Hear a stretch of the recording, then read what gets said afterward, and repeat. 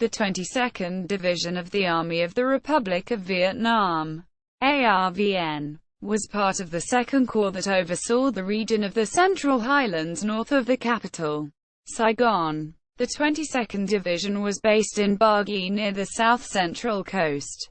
The division was raised initially as the 2nd Light and 4th Light Divisions in 1955.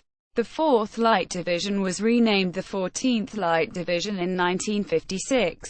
Both were combined to become the 4th Infantry Division, which was later renamed the 22nd Division in 1959. The division comprised the following: Division HQ, 40th Regiment, 42nd Regiment, 43rd Regiment, 47th Regiment, 1 battalion of 155 mm artillery, 3 battalions of 105 mm artillery, 1 battalion of Sapper engineers.